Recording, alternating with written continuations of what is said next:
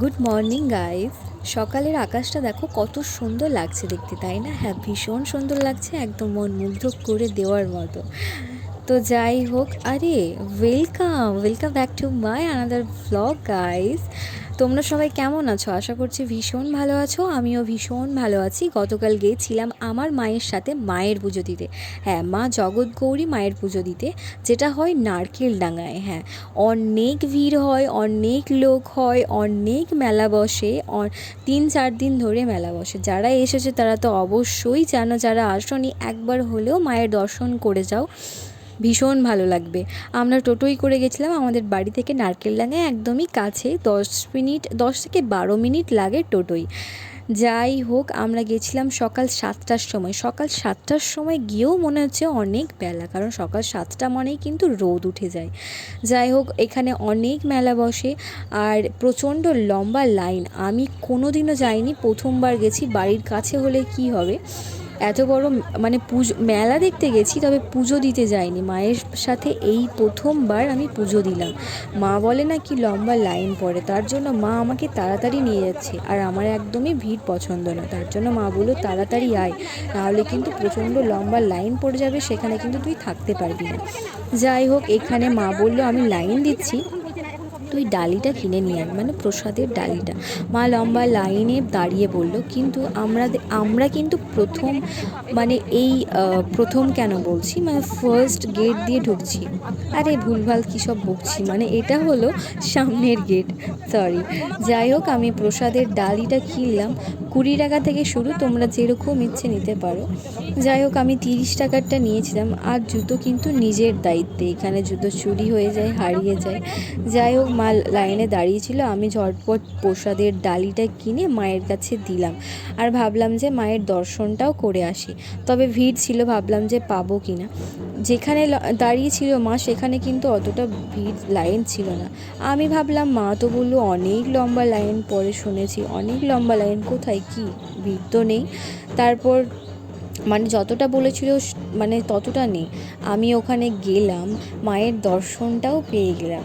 বলে নাকি এই দিনে, মানে এই পুজোর দিনে নাকি মায়ের দর্শন পাওয়া অনেক কঠিন ব্যাপার, কিন্তু আমি গিয়েই যে দর্শন পেয়ে গেছি মায়ের, এটা কিন্তু আমার সৌভাগ্য, তাই না? হ্যাঁ, আমি তো মনে করি। তো যাই হোক, মা পুজোটা জলদি দিয়েও ফেললো। তারপর যখন আমরা বেরিয়ে গেলাম, পেছনের গেটে দেখলাম লম্বা লাইন, মানে অনেক। ওই লম্বা লাইনে দাঁড়াতে হলে আমাদের প্রায় 2 ঘন্টার থেকেও বেশি লাগতো পুজো দিতে। তো যাই হোক, আমি ওটাই ভাবছি, মাও বারবার বলছে আমাদের কিন্তু তাড়াতাড়ি পুজো দেওয়া হয়ে গেল, তাই না? হ্যাঁ, কষ্ট না পেয়ে। তো যাই হোক, যারা লম্বা লাইন দিয়েছে, কষ্ট দিয়ে দিচ্ছে, তাদেরও তো একটা কোনো ব্যাপার আছে না। তো আমাদের কিন্তু দিতে হয়নি, আমরা জলদি দিয়ে ফেললাম। তো যাই হোক, তারপর মা বললো চল একটু মেলায় ঘুরে আসি। আমিও বলেছি। তারপর মা আর আমি যাচ্ছিলাম মেলার দিকে, আর মা যেখানেই যাচ্ছে কাউকে না কাউকে চেনা জানা পাচ্ছে।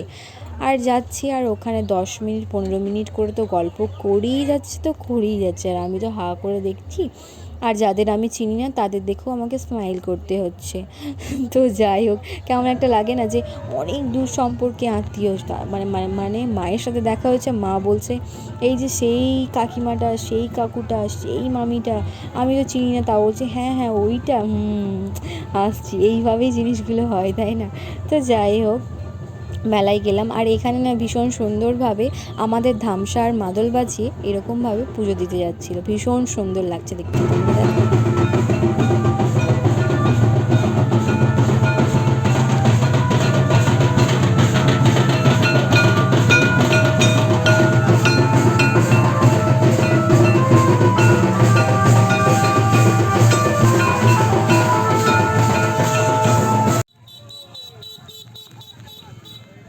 তারপর আমি আর মা তো মেলাতে কিছুই কিনিনি, জাস্ট মাও পছন্দ করে না, আমিও পছন্দ করি না। মা শুধু নিলে কাপ নেবে, আর ওই কাঁচের গ্লাসগুলো নেবে, আর আর্টিফিশিয়ালের ওই ফুলগুলো নেয়, এইগুলোই নেয়। তো যাই হোক, মেলা থেকে বেরিয়ে এসেছি, আর দেখো তোমরা লাইনটা জাস্ট অনেক, মানে ভিড়, বাপ রে বাপ, এত ভিড়, মানে কি বলবো, অনেক দূর দূরান্ত থেকে কিন্তু লোক আসে।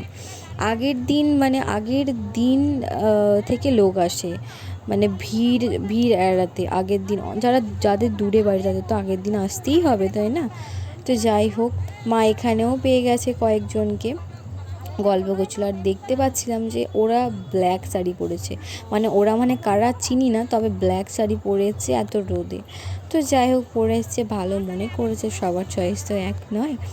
তো যাই হোক, তারপর মা ওখানেও গল্প করছিল। তারপর বাড়ির উদ্দেশ্যে রওনা দিই।